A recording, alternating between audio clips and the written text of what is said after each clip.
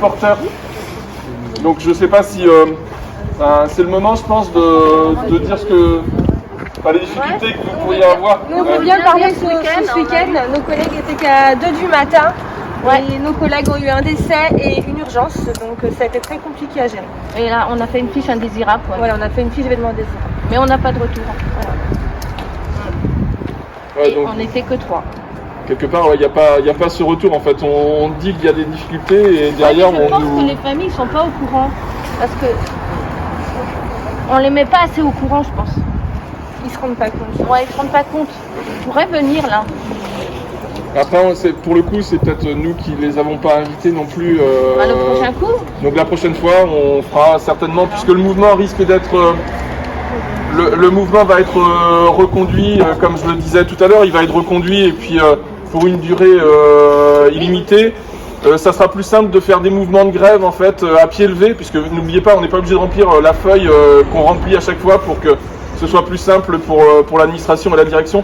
Là, voilà, il y aura un mouvement illimité et puis le matin, on passera dans les services et puis hop, on s'arrête pendant 1 heure et on fait un mouvement de grève pendant 1 heure. On est obligé de travailler comme ça puisque le parking, malheureusement, il est vide et il n'y a personne pour recevoir les soignants qui sont en souffrance. Là, tu vois, c'est l'État qui est descendu nous aider. Mais bon, on ne peut pas fonctionner toujours comme ça. Bah oui, mais ils le savent, ça. Ouais, mais... Voilà, quoi. Du coup, ça dirait... Ils en profitent de ça. Je ne sais pas s'il y a d'autres personnes qui veulent... sur les 12 heures, si demain on est en 12 heures, qu'est-ce qui sera simple, difficile Moi, je ne suis pas séparée, mais moi, je pense aux mamans qui sont seules et qu'on leur renvoie un week-end sur 2. Je ne sais pas comment elles vont gérer. Ça va être compliqué, je pense. Il y a une vie de famille derrière. Dans ces cas-là, on verra pour les enfants. Et on finira par faire de la maltraitance. Voilà. Parce qu'il faudra aller vite. Ils seront plus écoutés. Ils nous demanderont d'aller aux toilettes. Et ben non, désolé, on ne pourra pas vous mettre aux toilettes aujourd'hui. Voilà, ça sera ça. Ça sera ça. Ou alors les visites l'après-midi, on va leur dire non, vous ne pouvez pas voir votre parent parce qu'il est à la douche à 4h l'après-midi. Non, désolé. C'est inadmissible de voir ça. Et au bout de 7h30, on est fatigué, donc au bout de 12h, on sera sur les rotules. Enfin, il y aura des arrêts de travail. On est tous cassés déjà. Ah oui, on ne peut plus déjà. Alors, Déjà, les 12 heures, ça va se rajoute ça. les arrêts vont plus On nous enfonce encore.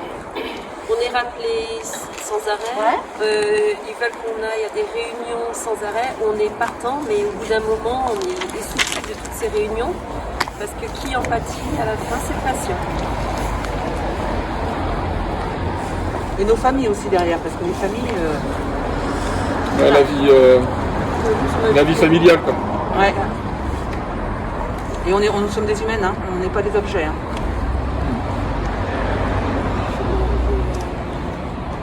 Donc tout le monde est en accord pour continuer ce mouvement au cas où on n'a pas de réponse. Je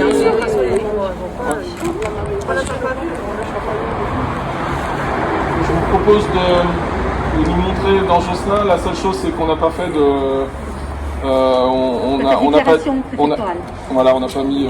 donc de fait, on sera obligé d'être sur les trottoirs pour pas faire n'importe quoi, mais montrer qu'on est en difficulté. Et puis ça va nous réchauffer un petit peu.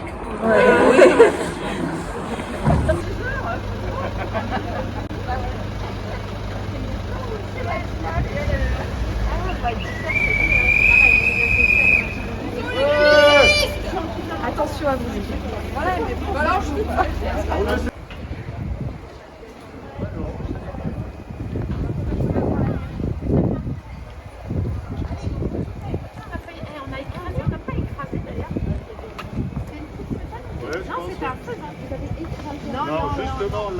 Avec nous. Donc, aujourd'hui, il n'était pas présent comme Patrice vous l'a dit. Donc, on le rencontrera la semaine prochaine et puis on vous fera un compte rendu de notre rencontre. Voilà ce qu'on peut vous dire. On va faire une photo et puis on va continuer après.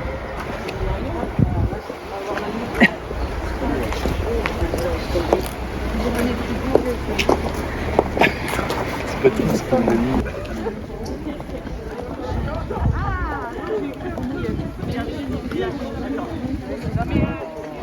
Il y a une tension un petit peu particulière sur l'hôpital de Josselin avec sur la mise en place de nouveaux rythmes horaires, les 12 heures là. Petit mot là-dessus.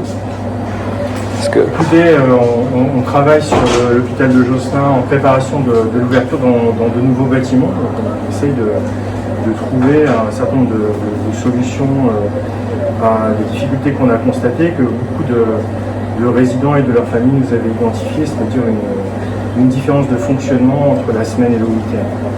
C'est-à-dire des équipes en taille moins importante le week-end que ce que ça n'est la semaine. Et pour des résidents, les difficultés, la dépendance, c'est la même chose la semaine et le week-end. Et donc on a cherché des organisations avec les moyens et les effectifs dont on dispose. On a recherché le moyen d'amener un service identique 7 jours sur 7. Pour faire ça,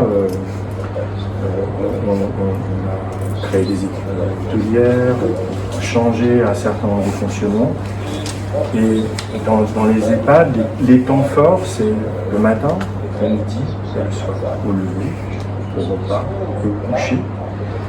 Comme on ne se voit pas proposer des activités fractionnées aux professionnels, il nous a semblé que pour certains d'entre eux, mettre en place des fonctionnements en 12 heures le week-end, pas pour l'ensemble des équipes, pouvait être un moyen terme, un compromis entre les besoins des professionnels, les besoins des résidents et les moyens financiers dont on dispose. Après, dans certains secteurs, il y a le souhait d'être en 12 heures, dans d'autres pas. Ce qu'on a suggéré de faire, c'est qu'on expérimente les choses, que à la fin de l'expérimentation, on puisse constater ensemble, c'est pas bien, il ne faut pas aller vers ça, ou ça nous intéresse, on veut bien continuer. Donc c'est plutôt ça qu'on a proposé. C'est vrai que le moment n'est pas évident, tout le monde est assez fatigué par différents sujets. Bon, on a beaucoup dialogué avec les équipes, avec les représentants du personnel. J'ai bon espoir qu'ils acceptent l'expérimentation. Je crois parce que demain il y a un nouveau mouvement qui est lancé.